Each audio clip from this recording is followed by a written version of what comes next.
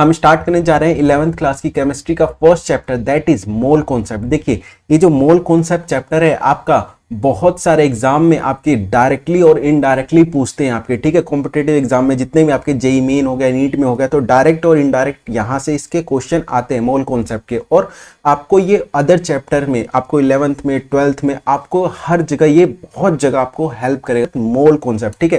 तो स्टार्ट करते हैं मोल कॉन्सेप्ट। और ये जो आता है आपके first chapter, that is some basic concept of chemistry, देखिए उसी के अंडर आता है। तो हम इसी पे डिस्कस करेंगे क्योंकि ये बहुत ज़्यादा इंपॉर्टेंट हो जाता है इस चैप्टर में। तो स्टार्ट करते हैं। First is mole concept. देखिए मोल कॉन्सेप्ट,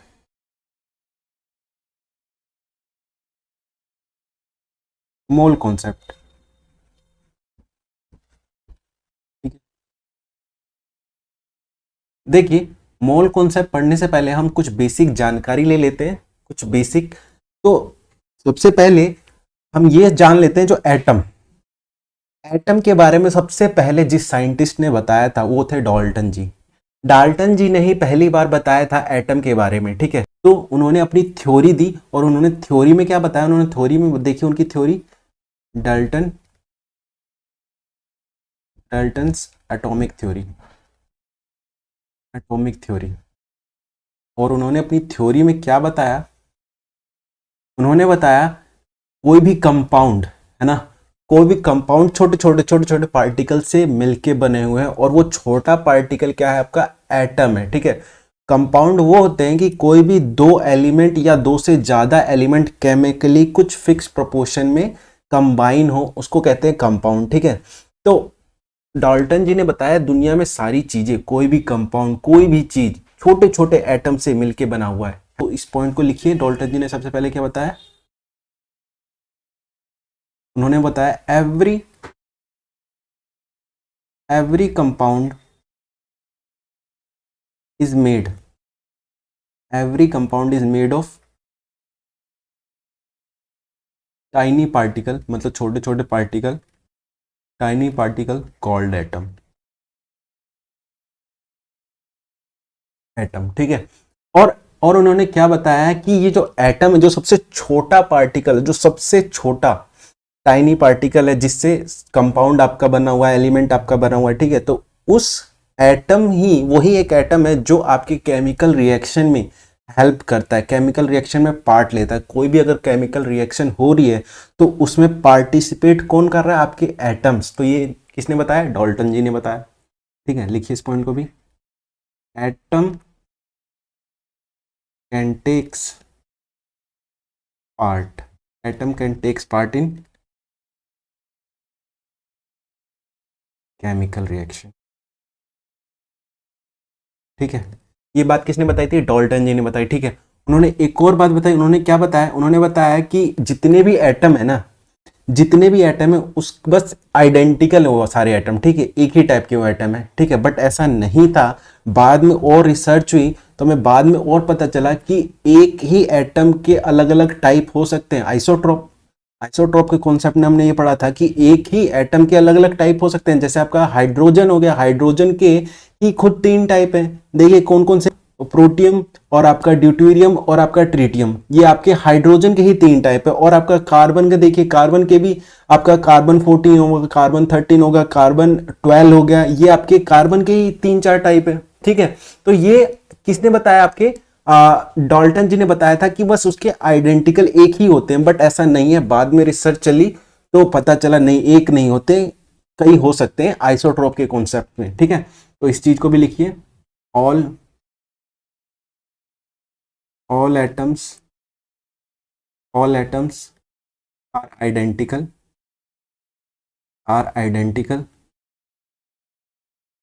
in a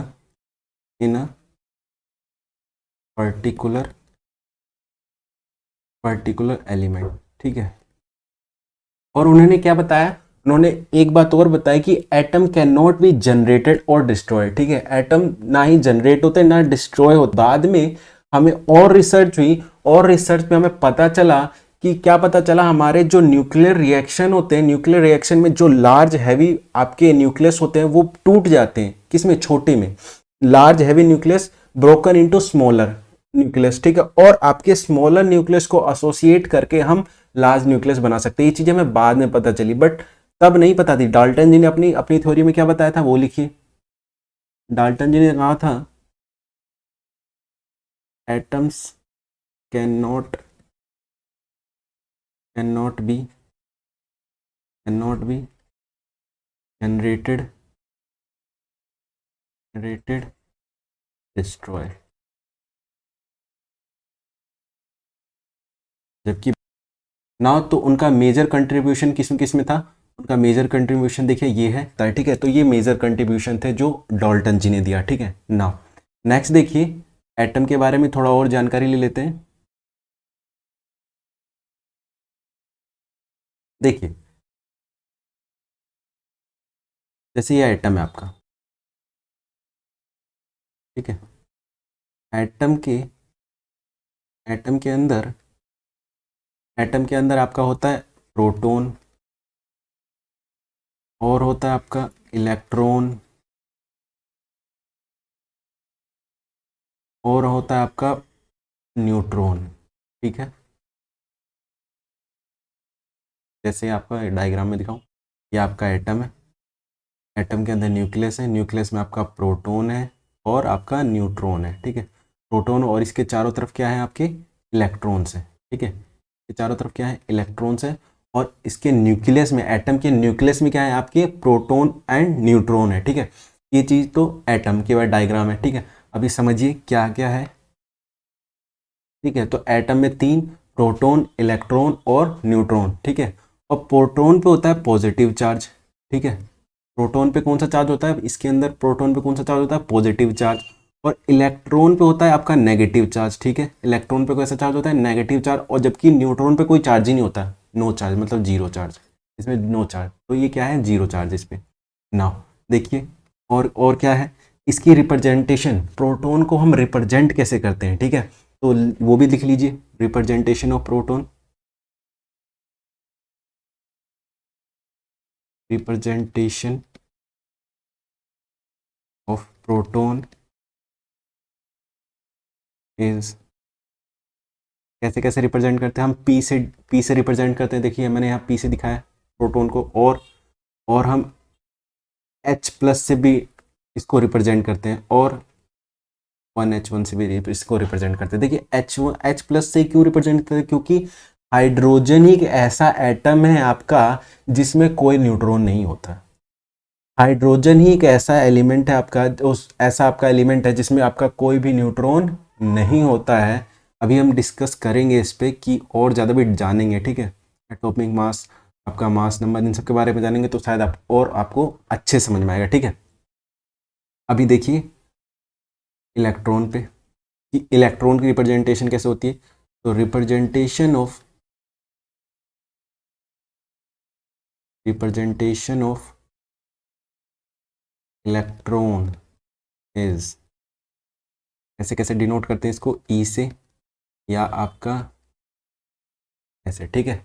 ये रिप्रेजेंटेशन किसकी है आपकी इलेक्ट्रॉन की। नाउ इसको देखिए न्यूट्रॉन की, न्यूट्रॉन को कैसे रिप्रेजेंट करते हैं, न्यूट्रॉन को आपका न्यूट्रॉन को दिखाते हैं आपके एन से, और बेसिक लिख लीजिए representation of neutron is an से और ऐसे, ठीक है। ये रिप्रेजेंटेशन है किसकी आपकी न्यूट्रॉन की, ठीक है। इस पे नो चार्ज मतलब जीरो चार्ज, इस पे नेगेटिव चार्ज होता है और इस पे पॉजिटिव चार्ज होता है, ठीक है।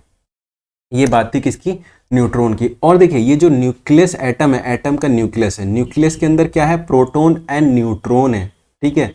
और पार्टिकल प्रेजेंट इन न्यूक्लियस उसको क्या कहा जाता है, जितने पार्टिकल जितने प्रेजेंट हैं आपके न्यूक्लियस में उसको कहा जाता है न्यूक्लियॉन, ठीक है। तो इसको क्या कहा जाएगा न्यूक्लियॉन, ठीक है। और न्यूक्लियॉन होता क्या है, तो अगर मैं पूछें कि कितने न्यूक्लियॉन्स है इसके अंदर, इस न्यूक्लियस एटम के न्यूक्लियस में कितने न्यूक्लियॉन्स है, तो कितने न्यूक्लियॉन्स होंगे, जितने आपके प्रोटॉन होंगे जितने न्यूट्रॉन होंगे उतने ही न्यूक्लियस होंगे। आपसे पूछा जाए आपकी फैमिली में कितने लोग हैं, आपको बता देंगे इतने लोग हैं, जितने भी ये 5-6 गिन के बताएंगे, ठीक है।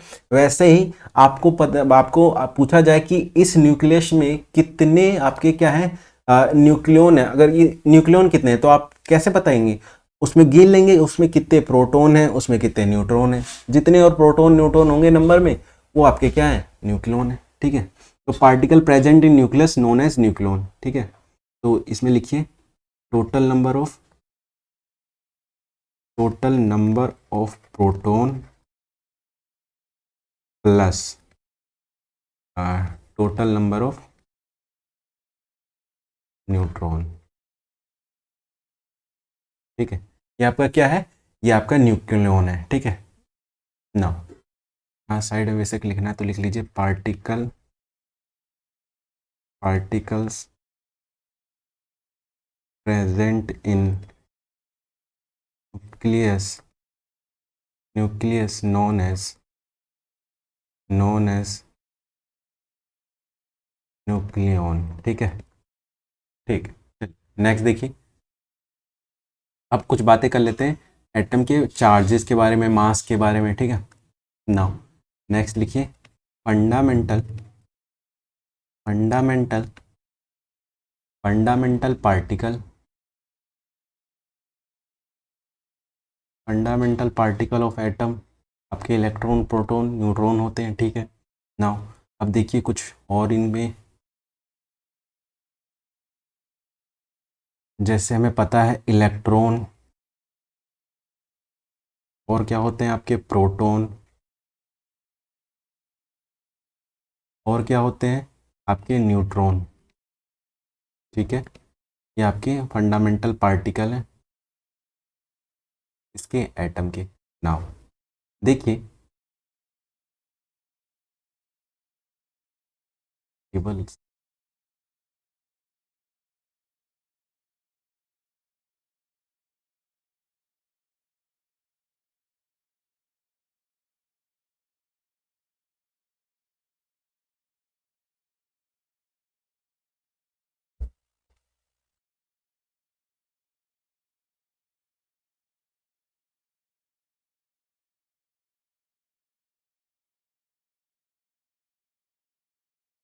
यहाँ पे आपके मास लिखेंगे, मास। ठीक है, दिखा रहा हूँ, यहाँ पे चार्ज लिखेंगे आप, चार्ज क्यों ना, देखिए ये जो आपका मास होता है, मास ऑफ इलेक्ट्रॉन, मैं ऐसे दिखा रहा हूँ, मास ऑफ इलेक्ट्रॉन कितना होता है, 9.1 इंटू 10⁻⁻31 kg। देखिए बहुत कम है, बहुत बहुत बहुत छोटा है। ठीक है, इतना देखिए माइनस में बहुत छोटा, देखिए पहली बात हमें एटम दिखता ही नहीं है, बहुत छोटा, इतने छोटे। आप सोचिए एटम के अंदर भी इलेक्ट्रॉन है, प्रोटॉन है, न्यूट्रॉन है, हमें सोचिए वो कितना भारी होगा, हमें एटम तक नहीं दिखता, उसका मास भी बहुत बहुत छोटा होता है। सोचिए अब उसके इलेक्ट्रॉन का मास, ये तो बहुत छोटा है। ठीक है, नाउ अब देखिए प्रोटॉन का मास देखिए, मास ऑफ प्रोटॉन कितना होता है, 1.6729 इंटू 10⁻27 kg। ठीक है, ठीक है, 26 होता है। नहीं, ये भी अप्रोक्सीमेट वैल्यू है। ठीक है, फिर भी जो किताब में है, ठीक है 26। नाउ देखिए अब ये आपका किसका है, प्रोटॉन का मास है, जो हैवियर है किससे, आपके इलेक्ट्रॉन से। देखिए इलेक्ट्रॉन से तो कम से कम ज़्यादा है, ये -31 है और ये -27 है, मतलब इससे ज़्यादा भारी है ये। Now mass of neutron, neutron का मास कितना होता है, 1.6749 इंटू 10⁻⁻27 kg। ठीक है, ये लगभग बराबर है, लगभग देख रहे हैं, डेसिमल के बाद 2 डिजिट सेम और बाकी सारे सेम। ठीक है, तो लगभग अप्रोक्सीमेट बिल्कुल क्लोज होते हैं, बिल्कुल क्लोज, थोड़ा सा फर्क बस। ठीक है, और देखिए इन पे चार्ज, देखिए चार्ज इलेक्ट्रॉन पे चार्ज होता है आपका, आपका नेगेटिव चार्ज होता है इलेक्ट्रॉन पे। ठीक है, इलेक्ट्रॉन पे कैसा चार्ज होता है, नेगेटिव का, तो इसको ऐसे दिखाइए नेगेटिव में, और कितना होता है, इतने कूलम, नेगेटिव चार्ज इतना कूलम होता है। और तो दिखा रहा हूँ मैं आप ऐसे, और इसको कैसे दिखाते हैं, इसे, ठीक है, पॉजिटिव चार्ज। और इस पे कितना होता है, पॉजिटिव का 1.6 इंटू 10⁻⁻19 कूलम, ठीक है, ये पॉजिटिव है।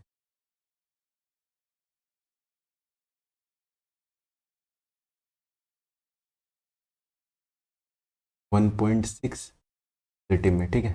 नाउ आपका न्यूट्रॉन पे जीरो होता है, कोई चार्ज ही नहीं होता है, मतलब क्या, अब न्यूट्रल, जीरो मतलब न्यूट्रल,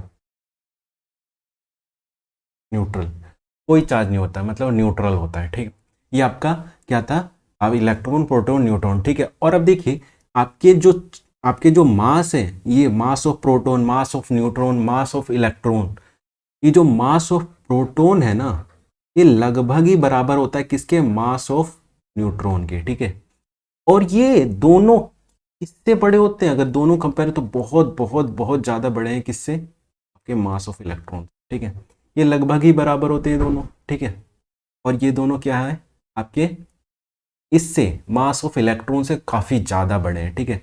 और इसीलिए आपका जो एटम होता है, एटम में 99% में बोलूं तो आपका एटम इसकी वजह से, जो भी वेट आएगा एटम का, वो किसकी वजह से आएगा, मास ऑफ प्रोटॉन की वजह से, मास ऑफ न्यूट्रॉन की वजह से, क्योंकि ये इससे बहुत बहुत कम है, इतना कम है इसे नेग्लेक्ट कर दे। देखिए होता है, मैं ये नहीं कह रहा हूँ नहीं होता, मास ऑफ इलेक्ट्रॉन होता है बट बहुत कम। पहली पहली बात तो यही बहुत कम है, यही इतनी छोटी क्वांटिटी है हमारे लिए, तो हम इससे भी और बहुत ज़्यादा छोटी क्वांटिटी देख रहे हैं तो उसको हम नेग्लेक्ट कर देते हैं। होता है पर हम उसे नेग्लेक्ट कर देते हैं, क्यों, क्योंकि वो छोटी है, बहुत, इससे भी बहुत छोटी है, तो उसको नेग्लेक्ट कर देते हैं, ठीक है। तो हम बोलते हैं कि आपका जो एटम का जो वेट है वो किसकी वजह से, आपके प्रोटॉन की वजह से और न्यूट्रॉन के वेट की वजह से, ठीक है। तो क्योंकि इन्हीं दोनों में थोड़ा बहुत वजन है, इसमें तो है ही नहीं, इसीलिए आपका जो एटम होता है उसका जो न्यूक्लियस है, न्यूक्लियस की वजह से ही एटम आपका भारी होता है, क्योंकि न्यूक्लियस में ही आपका प्रोटॉन और न्यूट्रॉन है, ठीक है। तो 99% मास एटम का कहाँ होता है, आपके न्यूक्लियस, ठीक है। और हमें ये पता चल गया चार्ज किस पे होता है, आपका चार्ज इलेक्ट्रॉन पे होता है, चार्ज आपका प्रोटॉन पे होता है, बट चार्ज आपका न्यूट्रॉन पे जीरो होता है, ठीक है। ये चीज़ हमें पता चल गया, और ये बात भी हमें पता चल गई, ये न्यूक्लियस है एटम का, और ये कैसा होगा, न्यूक्लियस पॉजिटिव होगा। क्यों पॉजिटिव होगा, क्योंकि इसके अंदर क्या है, प्रोटॉन है और न्यूट्रॉन है। न्यूट्रॉन पे तो कोई चार्ज होता नहीं है, प्रोटॉन पे चार्ज होता है पॉजिटिव का, और प्रोटॉन पे चार्ज होता है पॉजिटिव का, तो पूरा न्यूक्लियस कैसा हो गया, पॉजिटिव, क्योंकि न्यूट्रॉन जीरो और प्रोटॉन पे कौन सा, पॉजिटिव। तो आपका न्यूक्लियस किस चार्ज का होता है, पॉजिटिव चार्ज का, किसकी वजह से, प्रोटॉन की वजह से, ठीक है। ये बात थी किसकी, फंडामेंटल कुछ बातें थी। नाउ नेक्स्ट देखिए, नेक्स्ट हम जो देख रहे हैं एटॉमिक का रिप्रेजेंटेशन देख लेते हैं, ठीक है। कि एटम जो आपके एलिमेंट्स हैं, जो पीरियोडिक टेबल में एलिमेंट है उसको रिप्रेजेंट जो करते हैं उसको देखते हैं। एटॉमिक रिप्रेजेंटेशन, एटॉमिक रिप्रेजेंटेशन, चलिए देखिए क्या होता है। जैसे कोई आपका एलिमेंट है, कोई एक्स एलिमेंट है, ठीक है। उस एलिमेंट पे आपका क्या है, कुछ यहाँ पे नंबर होता है ना। आप पीरियोडिक टेबल में देखिए, यहाँ पे कुछ नंबर होता है, उसको मैं ए से बता रहा हूँ, और यहाँ पे कुछ नंबर होता है उसको मैं जेड से दिखा रहा हूँ, ठीक है। तो यहाँ पे जो ए है, ए क्या है वो भी देखिए, ए जो है वो ए है आपका क्या, मास नंबर, ए क्या होता है, मास नंबर होता है, ठीक है। और जेड क्या होता है, जेड होता है आपका आपका एटॉमिक नंबर। तो अभी समझते हैं क्या होता है, सब कुछ समझते हैं, अभी लिखिए एटॉमिक नंबर, ठीक है। और जो आपका एक्स है, एक्स क्या है, कोई एलिमेंट है, ठीक है, एक्स कोई एलिमेंट है, ठीक है। और ये सिंबल है, यहाँ पे जो हम लिखते हैं, जो आप पीरियोडिक टेबल में देखोगे यहाँ सिंबल की फॉर्म में लिखते हैं, ठीक है। पूरा नाम नहीं लिखते, सिंबल लिखते हैं। कि जैसे आपका कार्बन है, कार्बन को हम सी से रिप्रेजेंट करते हैं, तो कार्बन का सिंबल क्या है, सी। नाइट्रोजन का सिंबल क्या है, एन। हाइड्रोजन का सिंबल क्या है, एच, ठीक है। तो ये, और हीलियम का एच ई, ठीक है। तो ये सिंबल की फॉर्म में लिखते हैं। तो यहाँ पे जो आपका है सिंबल रिप्रेजेंटेशन है, और ये है क्या, कोई एलिमेंट है, तो ये एलिमेंट का कुछ मास नंबर दिखाते हैं, और यहाँ पे उसका एटॉमिक नंबर दिखाते हैं, ठीक है। नाउ देखिए आगे, देखिए कि जेड क्या है,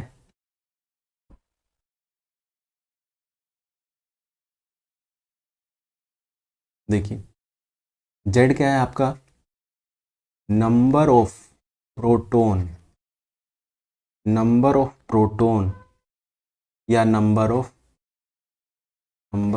इलेक्ट्रॉन, नंबर ऑफ प्रोटोन या नंबर ऑफ इलेक्ट्रॉन, ये दोनों बराबर ही होते हैं, ठीक है। आपके एटम में जितने नंबर ऑफ प्रोटोन होंगे उतने नंबर ऑफ इलेक्ट्रॉन होंगे, ये बात तो ठीक है कि जितने आपके एटम है, एटम में जितने आपके प्रोटोन होंगे उतने ही आपके इलेक्ट्रॉन होंगे, ठीक है। तो ये चीज़ तो है कि नंबर, और जेड क्या है आपका, नंबर ऑफ प्रोटोन बोलो या नंबर ऑफ इलेक्ट्रॉन बोलो, क्यों, क्योंकि दोनों तो सेम ही नंबर होते हैं ना, इसीलिए हम कह रहे हैं जेड जो एटॉमिक नंबर है वो क्या है आपका, या आप बोल दो कितने प्रोटोन है या कितने इलेक्ट्रॉन है, क्योंकि दोनों तो एक ही नंबर होता है, तो इसीलिए मैं बोल रहा हूँ ये इन दोनों में से कोई भी एक, number of proton number of electron, ठीक है। नाउ देखिए ए के बारे में देखिए, ए देखिए, ए क्या है आपका, मास नंबर, जो हमने लिखा ऊपर मास नंबर, और ये होता क्या है, देखिए पहली बात तो ये नंबर है, ये मास वेट नहीं है, नहीं ये वेट नहीं है, ये नंबर है, कोई मास नंबर कि इसका मास नंबर है, ठीक है। ये कोई वेट नहीं है, और वेट नहीं है और ये नंबर है, नंबर की कोई यूनिट होती नहीं है।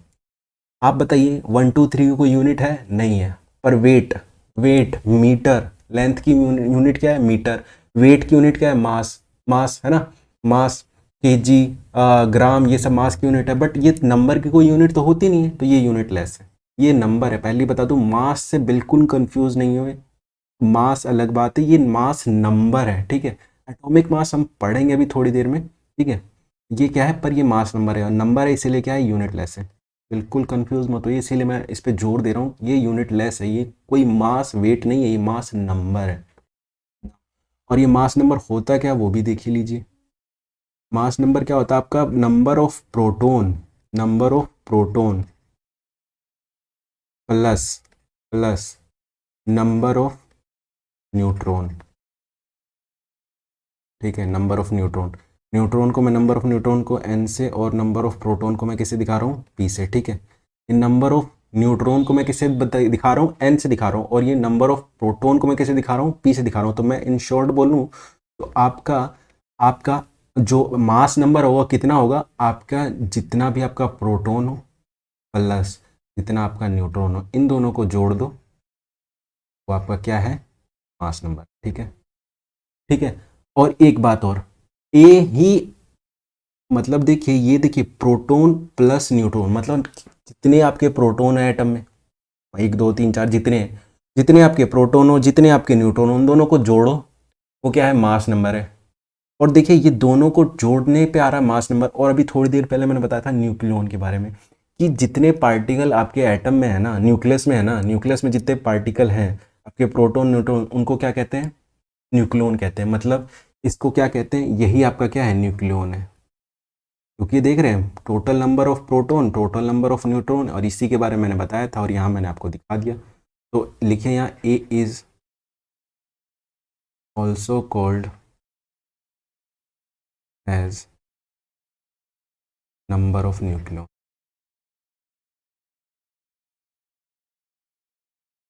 ठीक है, न्यूक्लियन।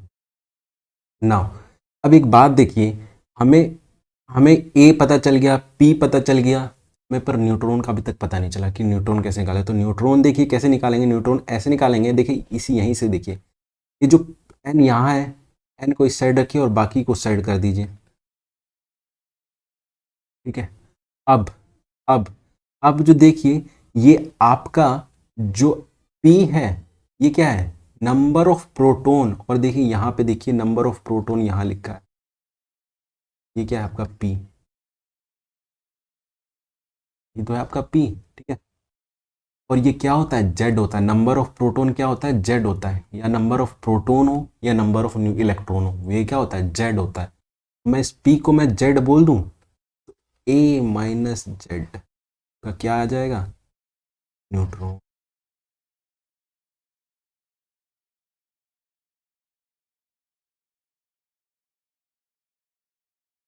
ए माइनस जेड क्या है आपका, न्यूट्रॉन है। मतलब देखिए जेड यहाँ से पता चल जाएगा, ए यहाँ से, अगर आपका कोई सिंबल है, जेड यहाँ से पता चल जाएगा, ए यहाँ से पता चल जाएगा। आपसे पूछा है नंबर ऑफ न्यूट्रॉन कितना है, तो कुछ नहीं करना, आपको ऊपर वाले में से नीचे वाला घटा देना है, आपका नंबर ऑफ न्यूट्रॉन आ जाएगा, ठीक है।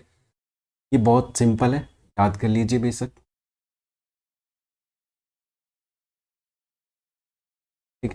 नाउ कुछ एग्जांपल ले लेते हैं ताकि और ज़्यादा हमें कॉन्सेप्ट क्लियर हो जाए। जैसे कि आपका मैं एग्जांपल लूँ, जैसे आपका सोडियम, सोडियम 1123, ठीक है। ये आपका क्या है, मास नंबर है, ठीक है।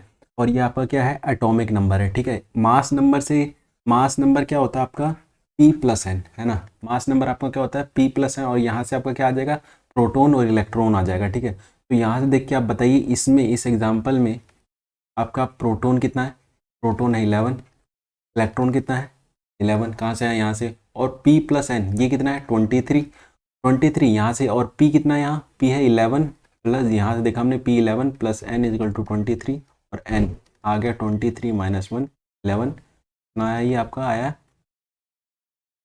12, ठीक है। आपका आपका न्यूट्रॉन कितना है 12। तो ये देखिए आपका न्यूट्रॉन भी आ गया, इलेक्ट्रॉन भी आ गया, आपका प्रोटॉन भी आ गया, ठीक है। नाउ देखिए नेक्स्ट एग्जांपल, देखिए आपका हाइड्रोजन पे ही देख लेते हैं।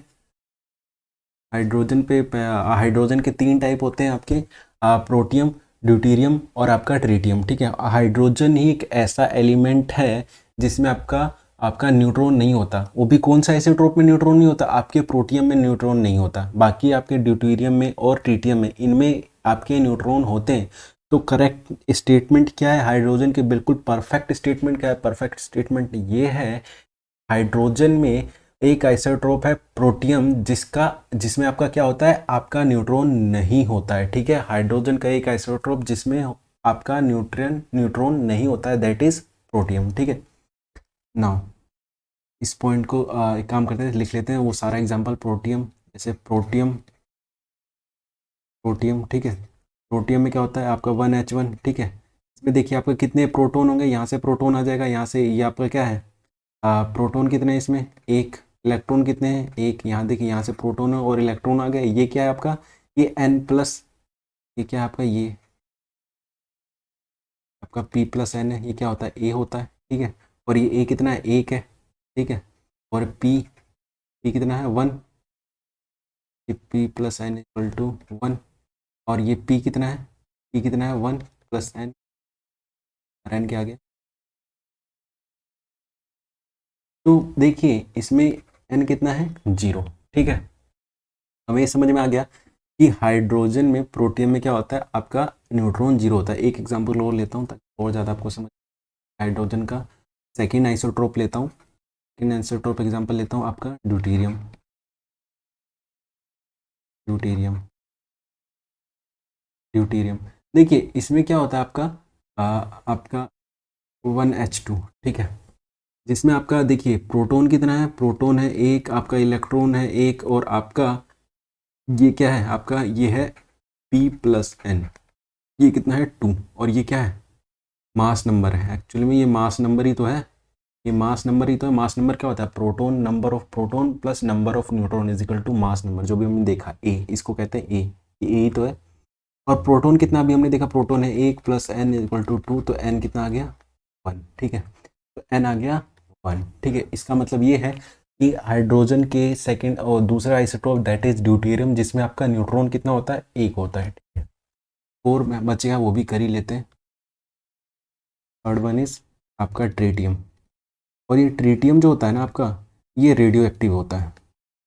रेडियो एक्टिव जिससे रेडिएशन निकल रही है, मतलब वो खुद से ही डिकम्पोज होता है, ठीक है। डी खुद से ही डिकम्पोज होता है, दैट इज रेडियो एक्टिव, ठीक है। और ये इसमें क्या होता है 1H3, ठीक है। इसमें आपका प्रोटॉन कितना है 1, आपका इलेक्ट्रॉन कितना है 1, यहाँ देखिए प्रोटॉन और इलेक्ट्रॉन यहीं से आ गया, ठीक है। और आपका ये P plus N, mass number कितना है 3, और P कितना है 1, यहाँ से देखिए P कितना है 1, ठीक है 1 एन 3, तो एन कितना आ गया 2, -1, एन क्या है 2, ठीक। और ये क्या होता है, रेडियो एक्टिव होता है, ठीक है। Now next is isotopes. ये आइसोट्रोप्स क्या होते हैं, ठीक है, तो उसी पे डिस्कस कर लेते हैं आइसोट्रोप के बारे में। देखिए आइसोट्रोप्स, ठीक है। तो आइसोटोप, आइसोटोप इसमें एक लाइन लिखते हैं, समझते हैं इसको भी, ठीक है। लिखिए इसमें सेम एटॉमिक नंबर, आइसोटोप क्या होता है, same atomic number, same atomic number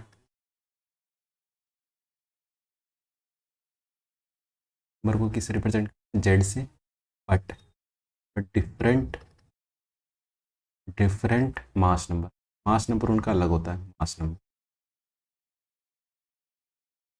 किससे रिप्रेजेंट ऐसे, ठीक है। और अभी हमने एग्जांपल अभी थोड़ी देर पहले देखा था, क्या है, अभी पीछे ही हमने एग्जांपल देखा था आपका हाइड्रोजन के ही 3 आइसोटोप है, ठीक है, 1H1, ठीक है, 1H1, 1H2, 1H3, ठीक है, ये आपके क्या है, हाइड्रोजन के आइसोटोप्स है, जिसमें देखिए अब मैं तीनों को ही हाइड्रोजन बोलूँगा, क्यों, क्योंकि इनके क्या है, आपके एटॉमिक नंबर सेम है, ये आपका एटॉमिक नंबर है, ये तीनों का एटॉमिक नंबर सेम है, जिनका एटॉमिक नंबर सेम हो और आपका मास नंबर, देखिए यहाँ पे मास नंबर 1 है, यहाँ पे मास नंबर 2 है, यहाँ पे मास नंबर 3 है, मास नंबर डिफरेंट है बट एटॉमिक नंबर क्या है आपके सेम है, तो इसको मैं क्या कहूँगा, आइसोटॉप्स कहूँगा, ठीक है। तो ये, और मैं इन सबको एक ही नाम से बोलूँगा, इसको भी मैं हाइड्रोजन बोलूँगा, इसको भी हाइड्रोजन बोलूँगा, इसको हाइड्रोजन, पर हाइड्रोजन के अलग अलग आइसोटॉप्स हैं, ठीक है। ये आपका कार्बन के भी है, कार्बन के आपका क्या है, 12, 6, 12, आपका 6, 14, 16, ये आपका क्या है, कार्बन का आइसोटॉप्स है, ठीक है। और इसमें आपका अगर मैं दिखाऊं आपको तो कितने प्रोटॉन, इसमें प्रोटॉन आपके 6 है, इलेक्ट्रॉन 6 है, और न्यूट्रॉन भी 6 है, क्यों, न्यूट्रॉन कैसे 6 है इसमें, ये क्या है आपका,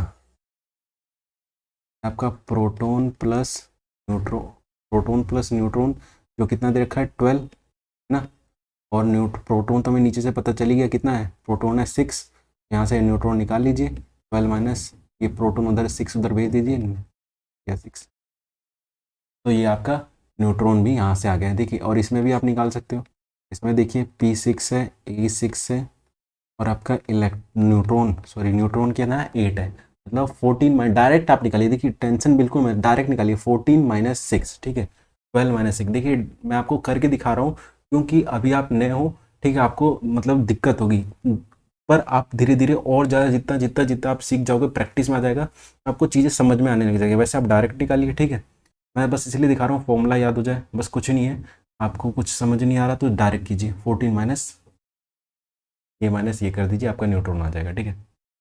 नेक्स्ट, ये आपके क्या है, आइसोटॉप्स हैं, कि आपका सेम एटॉमिक नंबर होगा जिसका, और डिफरेंट आपका मास नंबर होगा, तो वो क्या है, आपके आइसोटॉप्स हैं। नेक्स्ट देखिए, आइसोबार्स, नेक्स्ट देखिए आइसोबार्स, की आइसोबार्स क्या होते हैं, आइसोबार्स, बार्स, देखिए इसमें एक line, same mass number, same mass number, but different different atomic number, ये आपका मास नंबर सेम होगा बट एटॉमिक नंबर डिफरेंट होगा, ठीक है, मास नंबर सेम होगा बट एटॉमिक नंबर होगा आपका डिफरेंट होगा। इसमें कुछ, जैसे एग्जांपल मैं आपको दिखाऊं, कार्बन में ही आपको दिखाता हूँ, आइसोबार्स, कार्बन के आइसोबार्स देखिए, 14,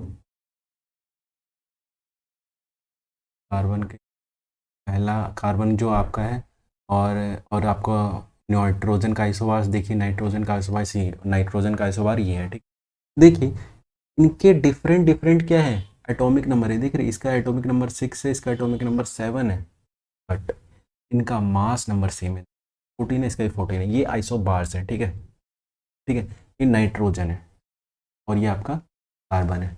तो ऐसे एलिमेंट, ऐसे जिनका क्या हो, आपका एटॉमिक नंबर क्या हो आपका डिफरेंट हो, बट आपका मास नंबर क्या हो, सेम हो, ऐसा है, तो वो दोनों क्या है, आइसोबार्स है, ठीक है, क्या है वो, क्या है वो सारे क्या है, आइसोबार्स है, ठीक है।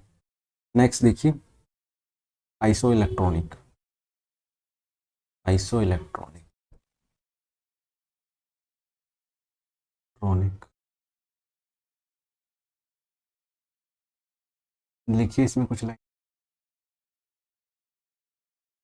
Same same number same number of electron, आपके इलेक्ट्रॉन अगर सेम हो सब में, तो क्या हो, वो होंगे सारे आइसो इलेक्ट्रॉनिक होंगे। जैसे आपको मैं एक एग्जांपल दूं कि आपका कोई आयन है, ऑक्सीजन का आयन है, जिसमें आपके 2 इलेक्ट्रॉन क्या है, 2 इलेक्ट्रॉन ज़्यादा है, ठीक है, नॉर्मल से, नॉर्मल ऑक्सीजन के इलेक्ट्रॉन से इसमें 2 इलेक्ट्रॉन ज़्यादा, इसको आयंस कहते हैं, ठीक है। और आपका सोडियम का आयन दिखाऊं, ये आपका 1 इलेक्ट्रॉन कम है इसमें। आपको ये दिखाऊं, इसमें आपका 3 इलेक्ट्रॉन कम है, ये सारे आयंस हैं। और इसमें 3 इलेक्ट्रॉन ज़्यादा है, आपके हाइड्रोजन में 3 इलेक्ट्रॉन ज़्यादा है। तो अगर मैं देखूं तो आपका एटॉमिक नंबर जो नॉर्मल वाले का होगा, नॉर्मल वाले का एटॉमिक नंबर अगर देखूं तीनों में, नॉर्मल वाले का, नॉर्मल का एटॉमिक नंबर इसमें कितना होना चाहिए? ऑक्सीजन का कितना होता है? 8। और आपका सोडियम कितना होता है? 11। और आपका एल्युमिनियम का होता है 13। और आपका नाइट्रोजन का होता है 7। ये नॉर्मल का एटम का, ठीक है। बट एक्चुअल इस केस में कितना है आपका? इस केस में आपका 2 ज़्यादा है, इस केस में आपका 2 ज़्यादा है, होने चाहिए 8। बट देख रहे हैं 2 इलेक्ट्रॉन ज़्यादा है इसमें, कितने हैं? 10। इसमें आपके, इसमें होने चाहिए, नॉर्मल में होते हैं कितने? 11, ठीक है।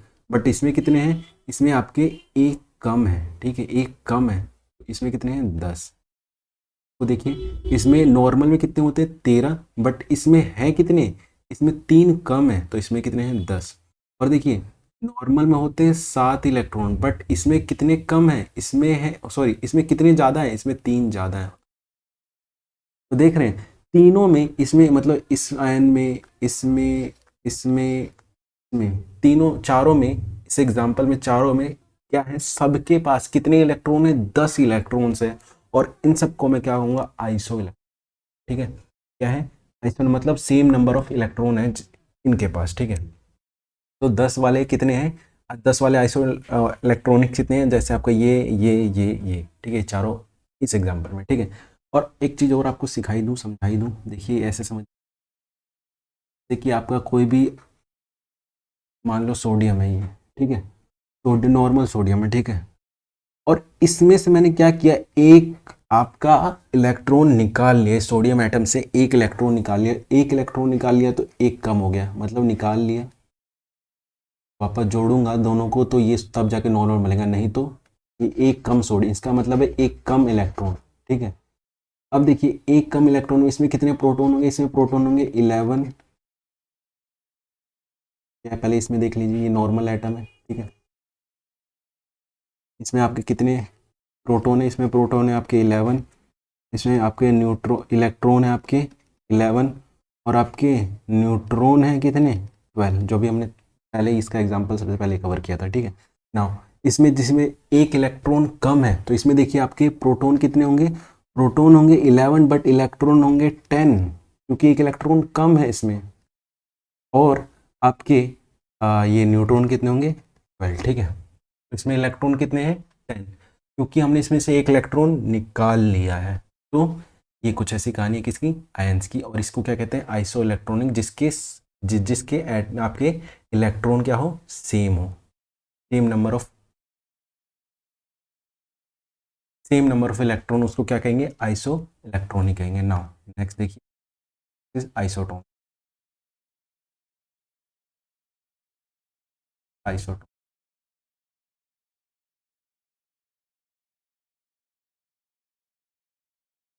आइसोटोन पता है? Same number of, same number of neutron, कि जिसके पास सेम नंबर ऑफ न्यूट्रॉन हो वो क्या है? आइसोटोन से। जैसे आपका मैं एग्जांपल दूं, ये और इन दोनों में देखिए आपके न्यूट्रॉन, देखिए कितने, न्यूट्रॉन कंपैरिजन कीजिए। इसमें आपके न्यूट्रॉन कितने होंगे? 14 - 6, 14 - 6, आपके न्यूट्रॉन कितने? 8। और इसमें देखिए इसमें न्यूट्रॉन कितने हैं? 16 - 8, आपके न्यूट्रॉन कितने हैं आपका? तो देख रहे हैं दोनों में ही सेम नंबर ऑफ न्यूट्रॉन है, तो इसको क्या कहूंगा मैं? ये आइसोटोन्स है, ठीक है। Now next is isosteres. लिखिए इसमें भी छोटी सी line, same number, same number of atom, same number of atom and same, same number of valence electron, same number of valence electron, ठीक है।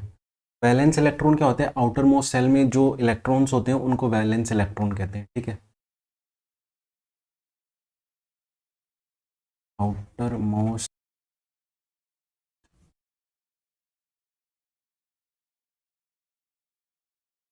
इलेक्ट्रॉन क्या होते हैं, वैलेंस इलेक्ट्रॉन, ठीक है। देखिए ये क्या होता है, आइसोस्ट्रेस क्या होता है, आइसोस्ट्रेस ये होता है कि आपके क्या होने चाहिए, आपके सेम नंबर ऑफ एटम होने चाहिए, ठीक है। सेम नंबर ऑफ एटम और सेम नंबर ऑफ आपके बैलेंस इलेक्ट्रॉन होंगे तो क्या होंगे, आइसोस होंगे। जैसे जैसे कि एक एग्जांपल लेते हैं, तो आपके कौन से एग्जांपल होंगे, जैसे कि आपका कार्बन डाइऑक्साइड, ठीक है, और आपका नाइट्रस ऑक्साइड, ठीक है, नाइट्रस ऑक्साइड, ये दोनों कैसे हैं, इनमें क्या है, सेम नंबर ऑफ एटम है। और देखिए इन दोनों में सेम नंबर ऑफ एटम क्या है, इसमें कितने नंबर ऑफ एटम है, 3, एक कार्बन के हैं 2 ऑक्सीजन के हैं, और इसमें आपकी इसमें भी 3 ही है, ठीक है, इसमें सेम नंबर, इसमें भी 3 ही एटम है, कौन से, 2 नाइट्रोजन के और 1 ऑक्सीजन का एटम है, ठीक है। तो इसमें भी सेम नंबर ऑफ एटम है, बट इनके वैलेंस इलेक्ट्रॉन जो आउटर मोस्ट सेल पे हैं दोनों में कितने सेम है, ठीक है। तो दोनों में सेम है तो ये क्या है, आइसोस्ट्रेस है, ठीक है, ये क्या है, आइसोस्ट्रेस, ठीक है। नाउ देखिए ये हमारी बात थी एटम की, एटम की बात थी, तो हम एटम के सारे एटॉमिक नंबर जितने भी थे हमने सारे कवर कर लिए। नेक्स्ट क्लास में हम देखेंगे आपका एक और बच गया एटॉमिक मास, तो एटॉमिक मास हम नेक्स्ट क्लास में कवर करेंगे। और उसके बाद देखेंगे एटम के बाद हम देखेंगे मॉलिक्यूल्स की, मॉलिक्यूल्स क्या होते हैं, उसके बाद हम अपना चैप्टर स्टार्ट करेंगे दैट इज मोल, मोल क्या होता है, और फिर उनके बाद हम डिस्कशन स्टार्ट करेंगे, ठीक है। आज के लिए इतना ही, मिलते हैं नेक्स्ट क्लास में, थैंक यू गाइज।